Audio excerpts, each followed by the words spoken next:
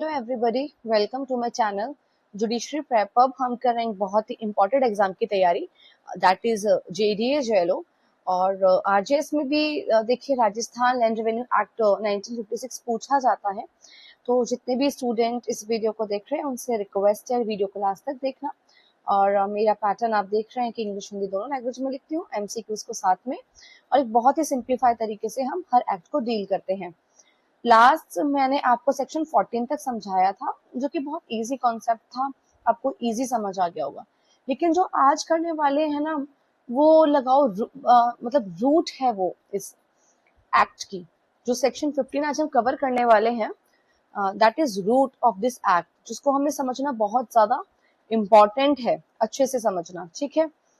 अब देखिए, सेक्शन 15 को समझने से पहले मैंने कुछ नोट्स बनाए हैं, जो आपको कुछ फैक्ट्स बताना चाहती हूँ मैं, जो आपको पता होना चाहिए। आप एज इट इज इस नोट्स को लिख लेना। देखिए, तो आपको पता ही है कि सेक्शन 15 बात करता है हमारा टेरिटोरियल डिवीजन का, ठीक है। सेक्शन 15 के इस बारे में बात करें, टेरिटोरियल डिवीजन कि कैसे जो पूरी टेरिटरी है, स्टेट है हमारा राजस्थान, उसको हम कैसे डिवाइड कर रहे हैं। तो देखिए, सबसे पहले अगर मैं इसको स्टार्ट करती हूँ यहाँ से, फिर आपको समझ आएगा। देखिए,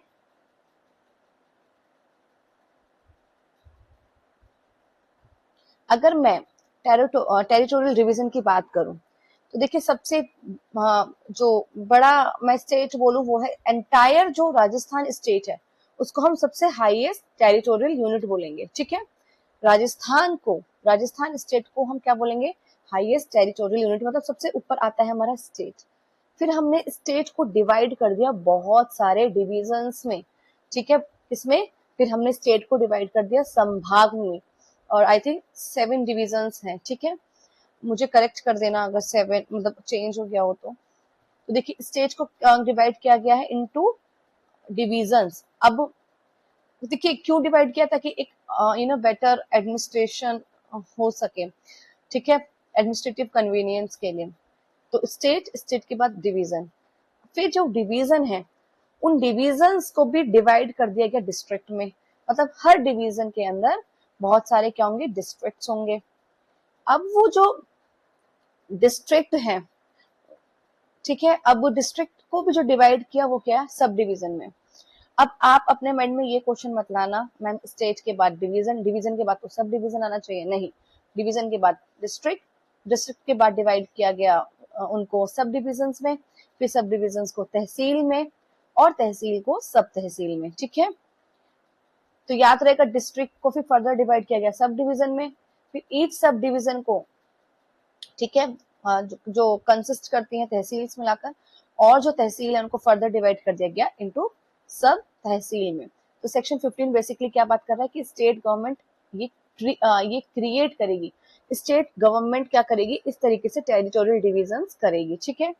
और सेक्शन 16 इसी से रिलेटेड है कि जो स्टेट गवर्नमेंट है वो ऑल्टर भी कर सकती है और एबोलिश भी कर सकती है दीज एरियाज। लेकिन कुछ चीजें हैं जो मैं आपको इसके साथ ही कवर कराना चाहती हूँ, ताकि आप जब कुछ पढ़ेंगे तो आपको ऐसा ना लगे कि एक्चुअली हम पढ़ क्या रहे हैं। अब देखिए, आपको डिवीजन समझ आ गए ना, तो ये जो कुछ चीजें हैं जो आपको पता होना चाहिए, क्योंकि हम इन सब ये जो हमारा डिवीजन है, टेरिटोरियल डिवीजन है, हर टेरिटोरियल डिवीजन पे रेवेन्यू कोर्ट होंगे, ठीक है। हर टेरिटोरियल डिवीजन पे हमारे क्या होंगे? रेवेन्यू कोर्ट होंगे। जैसे हमने स्टेट को जो डिवाइड किया था डिवीजन में किया था, डिवीजन में भी रेवेन्यू कोर्ट होगा। तो यहाँ पे बात की गई है कि subordination of revenue court and officer. तो देखिए, जैसे कि अब मैं आपको एक बार बता रही हूँ उन रेवेन्यू ऑफिसर्स की हायरार्की, जो कि सेक्शन 24 है बेसिकली, लेकिन लिंक करी क्योंकि हमने अभी डिवीजन लेवल पढ़ा। तो सबसे ऊपर देखो, याद रखना डिवीजन लेवल पे हमारा जो रेवेन्यू ऑफिसर्स होंगे डिवीजन लेवल पे, वो कौन कौन से? कमिश्नर होंगे, एडिशनल कमिश्नर होंगे, जिनकी बात सेक्शन 17 में की गई है, सेटलमेंट कमिश्नर होंगे। ये सारे डिवीजन के अंदर होंगे, जो मैंने आपको 7 डिवीजन बताई हैं, ठीक है। जैसे कि 7 डिवीजन में आपको बताऊं कौन कौन सी है, तो जैसे जयपुर हो गया, जोधपुर हो गया, ठीक है, अजमेर, उदयपुर, बीकानेर, कोटा और भरतपुर। तो ये जो डिवीजन है, हर डिवीजन में अपने अपने कमिश्नर होंगे, एडिशनल कमिश्नर होंगे, सेटलमेंट कमिश्नर होंगे, एडिशनल सेटलमेंट कमिश्नर होंगे, डायरेक्टर ऑफ लैंड रिकॉर्ड्स होंगे, additional director of land records होंगे। ठीक है, जिसमें कमिश्नर की बात की गई है वो सेक्शन 17 में है, एडिशनल कमिश्नर भी सेक्शन 17 में है, सेटलमेंट कमिश्नर सेक्शन 18 में है, एडिशनल सेटलमेंट कमिश्नर सेक्शन 18 में है, director of land records and additional director of land records section 19 में है। एक बात याद रखना, ये सेटलमेंट कमिश्नर है और ये एडिशनल है, ये director of land records, additional director of land records, ये सब डिराइव्ड कर रहे हैं अपने अथॉरिटी, मतलब ये सब कहाँ से आ रहे हैं, वो है कमिश्नर, एडिशनल कमिश्नर से ही आ रहे हैं। ठीक है, तो ये डिवीजन लेवल के रेवेन्यू ऑफिसर्स हैं, कंफ्यूज मत होना। ठीक है, मैं इसलिए अभी बता रही हूँ, ये जो सारे ऑफिसर्स हैं क्या सुपरवाइज करेंगे, रेवेन्यू एडमिनिस्ट्रेशन देखेंगे डिवीजन लेवल का। फिर हमारा क्या है, एक डिस्ट्रिक्ट लेवल है, डिवीजन के बाद हमारे डिस्ट्रिक्ट आएंगी, क्योंकि अब जयपुर डिवीजन है या जोधपुर डिवीजन है, अब उनके अंदर बहुत सारी डिस्ट्रिक्ट है। अब वो जो बहुत सारी डिस्ट्रिक्ट है, तो अपना हर डिस्ट्रिक्ट के कौन से रेवेन्यू ऑफिसर होंगे, तो देखिए कलेक्टर होंगे जिनको हम लैंड रिकॉर्ड ऑफिसर बनाएंगे। देखिए यहाँ पे डायरेक्टर ऑफ लैंड रिकॉर्ड है और यहाँ पे additional director of land record है, इसलिए डिवीजन लेवल पे है। लेकिन जहां पर लैंड रिकॉर्ड ऑफिसर आ गए हैं या एडिशनल लैंड रिकॉर्ड ऑफिसर आ गए हैं, सेटलमेंट ऑफिसर आ गए हैं, तो ये डिस्ट्रिक्ट लेवल पर है। ठीक है, तो कौन है ये हमारे हो गए रेवेन्यू ऑफिसर किसके, डिस्ट्रिक्ट के। Collector is the chief revenue officer of the district, मतलब कलेक्टर को हम लैंड रिकॉर्ड ऑफिसर बना रहे हैं बेसिकली। फिर है जब अब इस डिस्ट्रिक्ट के अंदर बहुत सारे सब डिवीजन लेवल हैं, तो इस सब डिवीजन लेवल में कौन है जो रेवेन्यू वर्क को संभाल रहा है, वो कौन रेवेन्यू ऑफिसर है, वो है असिस्टेंट कलेक्टर। ठीक है, ये सुपरवाइज करेंगे revenue work at sub division level. फिर हमारा तहसील लेवल, तहसील लेवल पे कौन देखेंगे, तो तहसीलदार। तो तहसील लेवल पे जो मेन रेवेन्यू ऑफिसर है ना, वो तहसीलदार है। और सब तहसील लेवल पे कौन है, नायब तहसीलदार और सब तहसीलदार। ये जो और ये किसको असिस्ट करेंगे, तहसीलदार को करेंगे इन लैंड एंड रेवेन्यू एडमिनिस्ट्रेशन में। तो ये जो हमने सब पढ़े, ठीक है, naib tehsildar, tehsildar, assistant collector, collector, land record officer, assistant land record officer, settlement officer, additional director of land records, settlement commissioner, commissioner, ये सब हमारे हैं रेवेन्यू ऑफिसर्स। इस एक्ट को हम बोल रहे हैं राजस्थान लैंड रेवेन्यू एक्ट। तो इस एक्ट के तहत जो रेवेन्यू ऑफिसर्स हैं ये वही हैं, और इनकी हायरार्की भी बता दी मैंने, क्योंकि ये बहुत कंफ्यूजन हो जाती है, जैसे लैंड रिकॉर्ड ऑफिसर बोल रहे हैं तो नहीं समझ आता है। तो आपको भी याद रहेगा कि हमने डिस्ट्रिक्ट में पढ़ा है लैंड रिकॉर्ड ऑफिसर को, है ना, और कहीं पर मैं डायरेक्टर वर्ड यूज कर रही हूँ तो याद रखना बड़े लेवल की बात होगी तो डिवीजन में होंगे।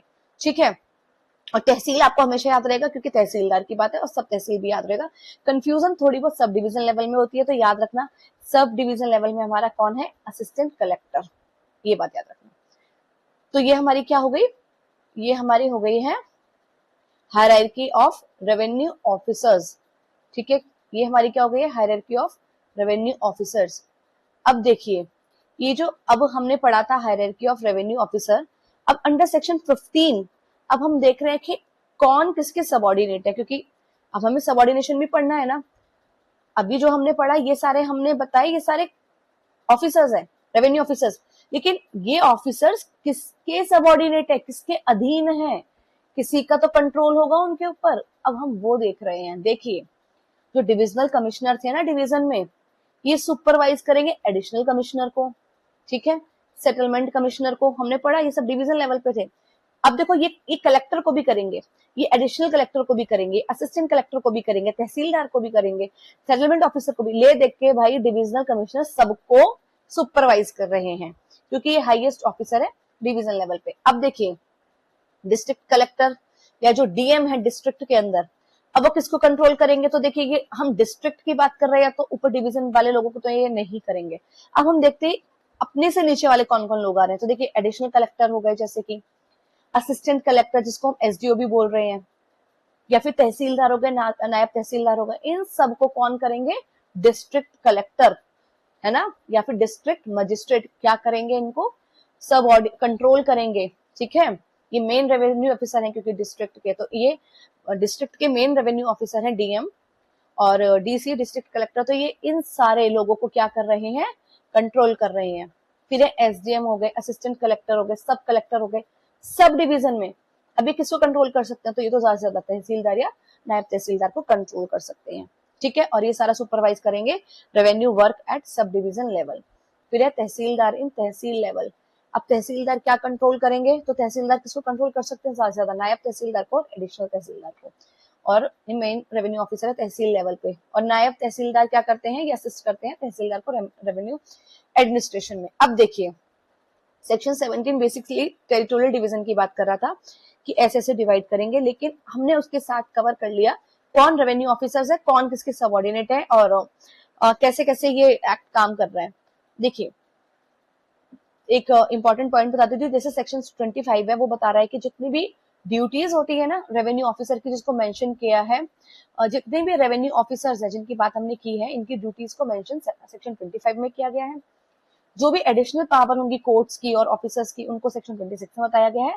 इनहेरेंट पावर जो है वो किस में बात की गई है, इनहेरेंट पावर की बात की गई सेक्शन 27 में। तो अब बेसिकली हमारा सेक्शन 15 जो है स्टार्ट होता है, जिसको हमने ऑलरेडी कवर कर लिया है, जो कि टेरिटोरियल डिवीजन की बात कर रहा है, जिसको मैंने एक चार्ट फॉर्मेट में बता दिया है। लेकिन अब इसे कुछ नोट्स के फॉर्मेट में पढ़ लेते हैं, जैसे कि अभी अबेयर एक्ट में क्या लिखा है, तो फटाफट से मैं आपको समझाऊंगी, अब आपको बहुत इजीली समझ आएगा।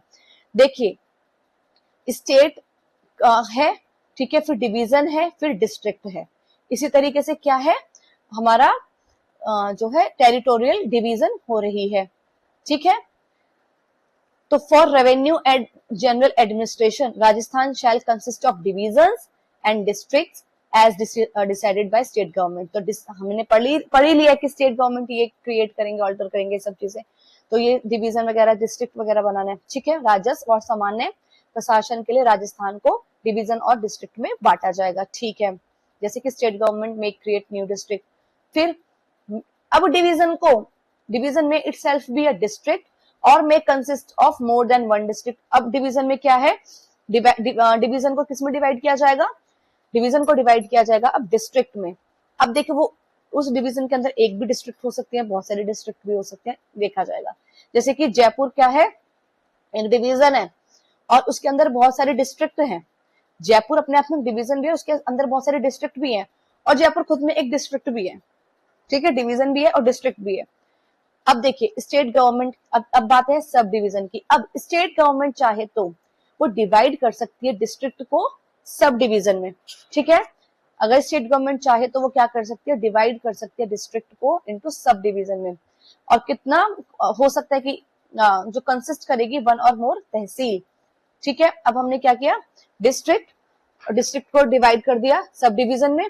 उस सब डिवीजन के अंदर क्या होगा, एक या एक से ज्यादा तहसील हो सकते हैं। तो डिस्ट्रिक्ट अब डिवाइड हो गई है बहुत सारे सब डिवीजन में। अब उसके बाद क्या है, सब तहसील। अब स्टेट गवर्नमेंट क्या कर सकती है, वो चाहे तो डिवाइड कर सकती है तहसील को इनटू सब तहसील। तो याद रहेगा सबसे पहले डिवीजन, उसके बाद डिस्ट्रिक्ट, सब डिवीजन, फिर तहसील है हमारा, और उसके बाद सब तहसील, ठीक है। अब देखिए और जो न्यू सब तहसील जैसे क्रिएट किया गया रूरल एरिया में, ये एक एग्जाम्पल है।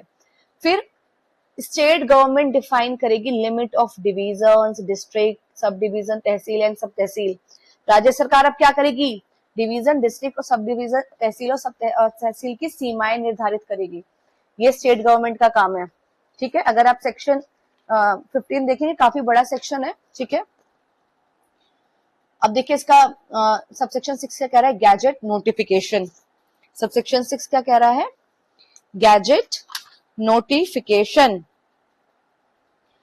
कि all territorial division shall be notified in official gazette. आप जितनी भी ये टेरिटोरियल डिवीजन कर रहे हैं, इनको आप ऑफिशियल गैजेट में क्या किए, प्रकाशन कीजिए। Creation of public district in gadget.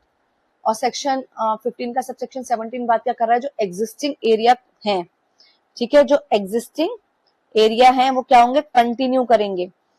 अगर कोई एग्जिस्टिंग एरिया है वो क्या करेंगे, कंटिन्यू।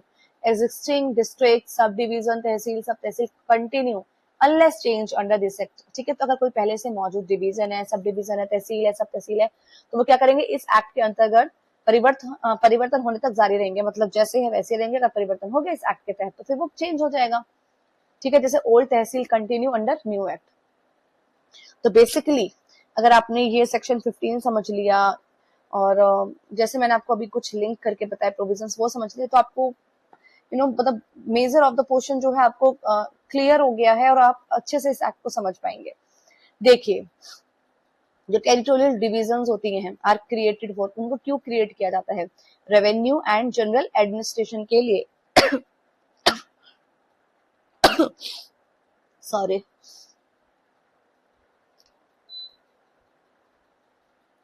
टेरिटोरियल डिवीजन को क्यों क्रिएट किया जा रहा है? टेरिटोरियल जो डिविजन्स कर रहे हैं हम पूरे स्टेट को जो बांट रहे हैं, किस उद्देश्य से बांट रहे हैं? राजस्व और सामान्य प्रशासन के लिए, कि एक अच्छा एडमिनिस्ट्रेशन जो है एडमिनिस्ट्रेशन हम कर पाए, ठीक है, और रेवेन्यू कलेक्ट करने के लिए। उसके बाद है who can divide district into sub division, कौन जो है डिस्ट्रिक्ट को सब डिवीजन में बांट सकते हैं? तो भाई स्टेट गवर्नमेंट का काम है ये तो। उसके बाद है MCQ 3, जो टेरिटोरियल डिवीजन्स है उनको कहाँ पर प्रकाशित करना होगा? तो ऑफिशियल गैजेट में। अगर समझ, अब हम करते हैं सेक्शन 16 जो बात कर रहा है पावर टू क्रिएट, एबॉलिश और ऑल्टर डिवीजन, जो हमने ऑलरेडी पढ़ लिया था। एक बार इसके नोट्स के माध्यम से देख लेते हैं। जैसे create and abolition, state government क्या कर सकती है? क्रिएट भी कर सकती है, एबॉलिश भी कर सकती है डिवीजन्स को, डिस्ट्रिक्ट को, सब डिवीजन्स को, तहसील्स को, सब तहसील्स को और विलेजेस को, ठीक है। उसके बाद alteration of limit, state government alter कर सकती है टेरिटोरियल लिमिट्स को भी, ठीक है। टेरिटोरियल लिमिट्स को भी स्टेट गवर्नमेंट क्या कर सकती है? ऑल्टर कर सकती है। इसके दो ही क्या कहते हैं क्लॉज है, एक क्लॉज ए और क्लॉज बी। एक में बात हुई है ऑल्टर की और एक में बात हुई है क्रिएट करने की, न्यू और एबॉलिश करने की, ठीक है।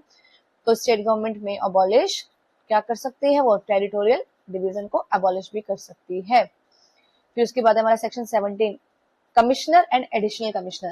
अब देखो, जब मैं आपको ऐसे बोलूंगी ना कमिश्नर, एडिशनल कमिश्नर, अभी मैंने आपको पढ़ाया है, अब आपको ज्यादा डिफिकल्टी नहीं होगी कि हम जो कमिश्नर, एडिशनल कमिश्नर की बात कर रहे हैं, ये जो ऑफिसर है ये किस लेवल के हैं, ये किस लेवल के ऑफिसर हैं? तो ये हमने पढ़ा, ये डिविजनल लेवल के ऑफिसर्स हैं, ये डिविजनल लेवल के रेवेन्यू ऑफिसर्स हैं, कमिश्नर और एडिशनल कमिश्नर, ठीक है। अब हम पढ़ते हैं, स्टेट गवर्नमेंट क्या करेगी?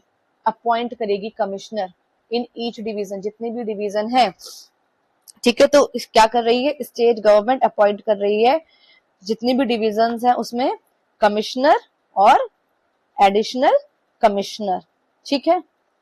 ये सेक्शन इसी बारे में बात कर रहा है, लेकिन याद रखना दोनों की बात हुई है, कमिश्नर की भी और एडिशनल कमिश्नर की भी, कि स्टेट गवर्नमेंट चाहे तो अपॉइंट कर सकती है।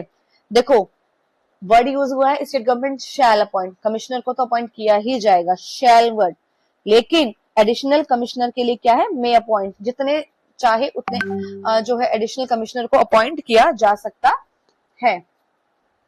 अब उसके बाद है हमारा सेक्शन 17 के MCQ, commissioner is appointed in,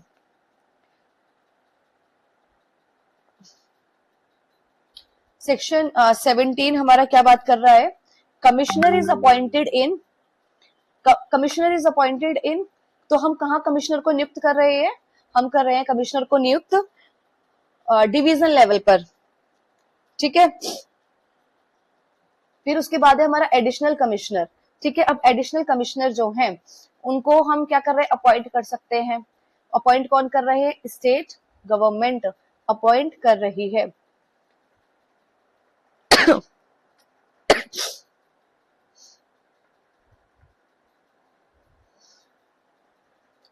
तो ये याद रहेगा। अब है सेक्शन 18 सेटलमेंट ऑफिसर, ये जो सेटलमेंट ऑफिसर है इसको कौन स्टेट गवर्नमेंट अपॉइंट कर रही है? सेटलमेंट ऑफिसर को होल स्टेट के लिए, ठीक है, होल स्टेट के लिए, क्योंकि हमने भी पढ़ा था ये सबसे हाईएस्ट अथॉरिटी के, जब हमने रेवेन्यू ऑफिसर्स पढ़े थे, एडिशनल कमिश्नर ये सब पढ़े थे, तो हमने इसमें सेटलमेंट ऑफिसर भी पढ़े थे, सेटलमेंट कमिश्नर भी पढ़े थे। तो जो सेटलमेंट कमिश्नर है इनको पूरे स्टेट के लिए क्या है? अपॉइंट कर रही है स्टेट गवर्नमेंट। शैल वर्ड यूज हुआ है सेटलमेंट कमिश्नर के लिए, और फिर वही कि एडिशनल सेटलमेंट कमिश्नर जितने चाहे उनको अपॉइंट कर सकते हैं, उसके लिए हमारा मे वर्ड यूज हुआ है, ठीक है। फिर आ जाओ हमारा सेक्शन 19 में director of land records, state government अब अपॉइंट करेगी director of land records state के लिए, ठीक है। तो अब हमने क्या पढ़ा? जो हमारा डायरेक्टर ऑफ लैंड रिकॉर्ड्स है उसको स्टेट करेगी, ये वही शैल वर्ड है, और एडिशनल और जो असिस्टेंट होंगे ये एडिशनल असिस्टेंट डायरेक्टर जो होंगे वो क्या गवर्नमेंट वो भी अपॉइंट कर सकते हैं, मे वर्ड यूज हुआ है। Section 20 appointment of other officers. तो हमने क्या किया, कमिश्नर को पढ़े, एडिशनल कमिश्नर को पढ़ा, सेटलमेंट कमिश्नर को पढ़ा, डायरेक्टर ऑफ लैंड रिकॉर्ड्स जो है उनको पढ़ा, क्योंकि ये हमारे मेन थे। तो 17, 18, 19 बहुत इंपॉर्टेंट हमने कवर कर लिया। अब है अदर ऑफिसर्स की बात, जैसे कि 20A का जो 20 है सेक्शन हमारा, उसका जो क्लॉज ये 1 है, उसमें जो बात की गई है ए पॉइंट में, वो बात की गई है कलेक्टर के लिए, कि जितने भी डिस्ट्रिक्ट हैं, ठीक है, हर डिस्ट्रिक्ट का एक अपना कलेक्टर होगा जिसको हम लैंड रिकॉर्ड ऑफिसर बोलेंगे। और मैंने आपको ये पहले बता दिया था, ठीक है, प्रत्येक डिस्ट्रिक्ट में कौन होंगे, कलेक्टर होंगे, जो कि लैंड रिकॉर्ड ऑफिसर होंगे। अब देखो, जब मैं आपको अब ऐसे पढ़ा रही हूँ, क्योंकि मैंने आपको पहले क्या है एक टेबल फॉर्मेट में भी कंप्लीट कराया, तो इससे क्या हुआ कि आपको अब आप रिलेट कर पा रहे होंगे, ठीक है। और रीजन सिर्फ इसीलिए मेरा यही था कि पहले मैंने कवर कराया था, ताकि आपको एक अच्छी तरीके से चीजें समझ आ जाए, ठीक है। फिर तहसीलदार को हम कहाँ पर क्या कहा गया, हर तहसील का तहसीलदार भी होगा, ठीक है। फिर इसका 20B का बात करें, अदर ऑफिसर्स, तो और गवर्नमेंट चाहे तो फिर अपॉइंट कर सकते हैं एडिशनल लैंड रिकॉर्ड्स ऑफिसर, ठीक है, और settlement officers, assistant collectors and naib tehsildar, ये इसको हमने अदर ऑफिसर्स में डाल दिया है। फिर ऑफिसर्स इंचार्ज, असिस्टेंट कलेक्टर में भी incharge of sub division and tehsildar, और नायब तहसीलदार में भी इंचार्ज ऑफ सब तहसील। ये जो बात की गई है हमारे जो सेक्शन 20 के क्लॉज C में, ये बहुत इंपॉर्टेंट है, ठीक है। इसमें क्या कहा गया, state government shall place an assistant collector in charge of one or more subdivision of a district, ठीक है। तो असिस्टेंट कलेक्टर को क्या किया जा रहा है, इंचार्ज बनाया जा रहा है सब डिवीजन का, एक या एक से ज्यादा सब डिवीजन का असिस्टेंट कलेक्टर को इंचार्ज बना सकती है, ठीक है। स्टेट गवर्नमेंट, ये बहुत इंपॉर्टेंट लाइन है, असिस्टेंट कलेक्टर में भी इंचार्ज ऑफ सब डिवीजन, ठीक है। और क्या बात की गई इसमें, सी पॉइंट में, तहसीलदार और नायब तहसीलदार में भी इंचार्ज ऑफ सब तहसील, और जो सब तहसील हैं, ठीक है, उसके जो इंचार्ज बनाया जाएगा, ठीक है। तो स्टेट गवर्नमेंट शैल प्लेस, क्या कर सकती है स्टेट गवर्नमेंट, चाहे तो इनको प्लेस कर सकती है, किसको, तहसीलदार और नायब तहसीलदार को इंचार्ज बना सकती है एक या एक से ज्यादा सब तहसील का, ठीक है। ये थोड़ा सा टेक्निकल रहेगा, लेकिन ध्यान से समझोगे तो समझ आएगा। और इसको जब आप समझ रहे हो, तो इससे पहले जैसे मैंने आपको एक बार चार्ट पढ़ाया था, उसको एक दो बार जरूर देख लेना। जैसे असिस्टेंट कलेक्टर सब डिवीजन का प्रभारी हो सकता है, तथा तहसीलदार या नायब तहसीलदार सब तहसील के प्रभारी हो सकते हैं, ठीक है, इंचार्ज हो सकते हैं। ये इंचार्ज वर्ड आप इसको मार्क कर लो, ठीक है। फिर इसका डी पॉइंट, एडिशनल ऑफिसर्स, ठीक है। अब ये जो एडिशनल ऑफिसर्स हैं,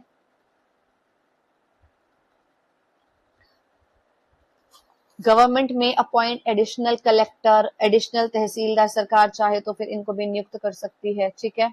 और हमने पढ़ा भी था अभी चार्ट में कि कहाँ उनकी पोजीशंस आ रही थी। तो अब देखिए, कलेक्टर इज ऑल्सो, कलेक्टर तो है वो, और साथ के साथ कौन है, लैंड रिकॉर्ड ऑफिसर, ठीक है। हर तहसील का अपना एक क्या होगा, अपना तहसीलदार होगा, मतलब प्रत्येक तहसील में कौन होगा, तहसीलदार। गवर्नमेंट चाहे तो कौन किसको अपॉइंट कर सकती है, गवर्नमेंट चाहे तो नायब तहसीलदार को अपॉइंट कर सकती है। समझ आया। अब है हमारा section 20A, revenue appellate authority, ये इंपॉर्टेंट है, इसको ध्यान से समझना। देखिए, स्टेट गवर्नमेंट में appoint not less than 3 officers as revenue authority, ठीक है। तो इस राज्य सरकार कम से कम 3 अधिकारियों को रेवेन्यू अपीलेट अथॉरिटी नियुक्त कर सकती है। जैसे कि एग्जाम्पल क्या है, authority hears revenue appeals and revisions. ये जितने भी हमने क्या कहते हैं ये एक्ट देख रहे हैं, इसमें जब हमारा केस अगर कोई डिस्प्यूट आता है, उसको रेवेन्यू ऑफिस, जो रेवेन्यू कोर्ट्स होंगे वो तो सुनेंगे, लेकिन इसमें सबसे बड़ा जो रेवेन्यू कोर्ट माना गया है ना, वो रेवेन्यू अपीलेट अथॉरिटी को माना गया है। कि सारे अगर किसी केस की जो हाईएस्ट अपील होगी, रिवीजन में जाना है, वो कौन सा है हमारा, रेवेन्यू अपीलेट अथॉरिटी, ठीक है। इसका place of sitting state government decide करेगी, प्लेस की कहां पर ये अथॉरिटी जो है बैठेगी। ठीक है, ये स्टेट गवर्नमेंट क्या करेगी, डायरेक्ट करेगी। अथॉरिटी में सिट एट जयपुर और जोधपुर, ये रेवेन्यू अपीलेट अथॉरिटी कहीं पर भी क्या है, बैठ सकती है। तो मिनिमम मेंबर कितने होते हैं रेवेन्यू अपीलेट अथॉरिटी में, 3। ठीक है, रेवेन्यू अपीलेट अथॉरिटी क्या सुनते हैं, अपील्स एंड रिवीजन, क्योंकि हाईएस्ट अथॉरिटी है। अब है हमारा सेक्शन 21 अपॉइंटमेंट एक्स ऑफिशियो। अब इसको देखो ध्यान से आप समझना। Ex officio appointment under section 17 to 28 may be made by virtue of office। हमने सेक्शन 70 से लेकर अभी 20A तक पढ़े, हमने जितनी भी ये अपॉइंटमेंट की हैं, ठीक है, ये नियुक्तियां की हैं, ये पद के आधार पर की जा सकती हैं। जैसे कि officer may hold additional charge by office. ठीक है, अधिकारी जो है वो एक पद के आधार पर क्या कर सकता है, अतिरिक्त कार्यभार भी संभाल सकता है। ठीक है, इसका मतलब होता है अपॉइंटमेंट एक्स ऑफिशियो, क्योंकि वो एक अधिकारी है इसलिए इसको अब ये दूसरा भी कार्यभार दे दो, क्योंकि वो एक अधिकारी है, इसका मतलब वो एक्स ऑफिशियो है, वो ऑलरेडी एक ऑफिसर है, इसलिए अब हम इसको ये वाला कार्यभार संभाल सकते हैं। इसकी बात की गई है इसकी बात की है सेक्शन 21 में। इसका मतलब सेक्शन 17 से 20A तक की जो नियुक्तियां हैं वो क्या है, वो पद के आधार पर की जा सकती है। जैसे कि ex officio appointment means appointment by virtue of office. Section 22 notification of appointment. देखिए जो अपॉइंटमेंट आपने की है सेक्शन 17 से लेकर 21 तक, कमिश्नर की, एडिशनल कमिश्नर की, सेटलमेंट कमिश्नर की, एडिशनल सेटलमेंट कमिश्नर की, डायरेक्टर लैंड रिकॉर्ड्स की, एडिशनल डायरेक्टर लैंड रिकॉर्ड्स की जो आपने अपॉइंटमेंट की, कलेक्टर की है, तहसीलदार, नायब तहसीलदार। ठीक है, और जो है अपने रेवेन्यू अपीलेट अथॉरिटी में 3 मेंबर, और 3 मेंबर से जो है आप कम नहीं अपॉइंट कर सकते रेवेन्यू अपीलेट अथॉरिटी में। इन सब के जो आप अपॉइंटमेंट कर रहे हो, इन सब के अपॉइंटमेंट जब आप करोगे तो आपको ऑफिशियल गैजेट में नोटिफाई करना होगा, एक्सेप्ट नायब तहसीलदार। अब ये जो एक्सेप्ट नायब तहसीलदार लिख लिया, क्वेश्चन यहीं से बनेगा, क्योंकि हमें ये तो पता है कि सारी अपॉइंटमेंट जो हो रही है सेक्शन 17 से लेके 21 तक, उनको आपको ऑफिशियल गैजेट में नोटिफाई करना पड़ेगा, बताना पड़ेगा। देखिए ये आपके तहसीलदार हैं, ये आपके सेटलमेंट ऑफिसर है, ये आपके कमिश्नर है, लेकिन नायब तहसीलदार के बारे में मतलब ऑफिशियल गैजेट में नोटिफाई करने की जरूरत नहीं है।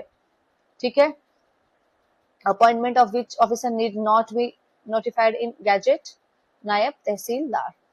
ठीक है, उसके बाद हमारा ये जो स्टार्ट हो जाता है सेक्शन 23 जो कि पावर्स की बात करता है, सेक्शन 23 से लेकर 29 तक। ठीक है, ये काफी इंपॉर्टेंट एस्पेक्ट है, इसको अब हम नेक्स्ट वीडियो में कवर करेंगे। ठीक है, तो अभी जितना मैंने समझाया है इसको मैं ज्यादा टिपिकल नहीं कर रही हूँ, क्योंकि आपको इसको बहुत अच्छे से समझने की जरूरत है, क्योंकि इसमें जो हमने रेवेन्यू ऑफिसर्स पढ़े हैं और इनका जो हमने सबऑर्डिनेशन पढ़ा है, एक बार आपको उसको समझ लेना है कि किस लेवल पर कौन से ऑफिसर्स हैं। ठीक है, अगर आपको ये वीडियो अच्छी लगी है तो एक अच्छा सा कमेंट, और अगर आपको लगता है कि इंप्रूवमेंट करने की जरूरत है तो भी आप एक मैसेज जो है एक कमेंट ड्रॉप कर सकते हैं।